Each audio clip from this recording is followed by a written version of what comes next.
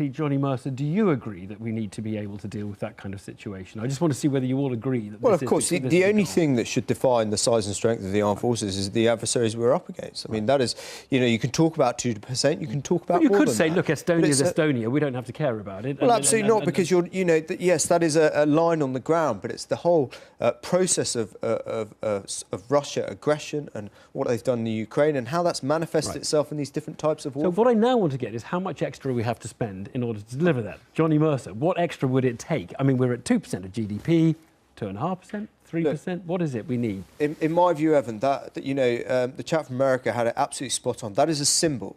That is a signal of intent. The real question is, what is the future of the British Armed Forces? What do we look for them to do? What do we want from them? What is the threat we're up against? We want them to go into Estonia and make a contribution. Nick Carter has laid that out today, and it should be welcome that he's come forward. He's had this enlightened point of view that the character of conflict is changing, and we now need to have a national discussion because ultimately these taxpayers pay for it, right? Right. Well, I'm going to come back to you at the end on that debate. He's actually got voters to deal with. Yeah.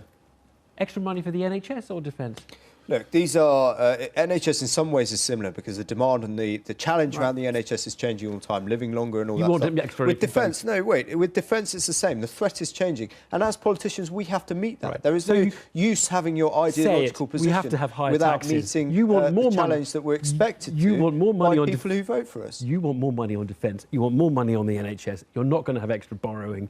You need taxes to go up to pay for all this, don't you? But Evan, it's not a grown-up question to say it's got to be the NHS or defence. Yeah. In a grown-up world, we have to look at the whole range of issues facing government. Yeah. And it's what's happening at the moment is that government has to become so fixated with the NHS and social spending that we are not thinking nearly hard enough about security.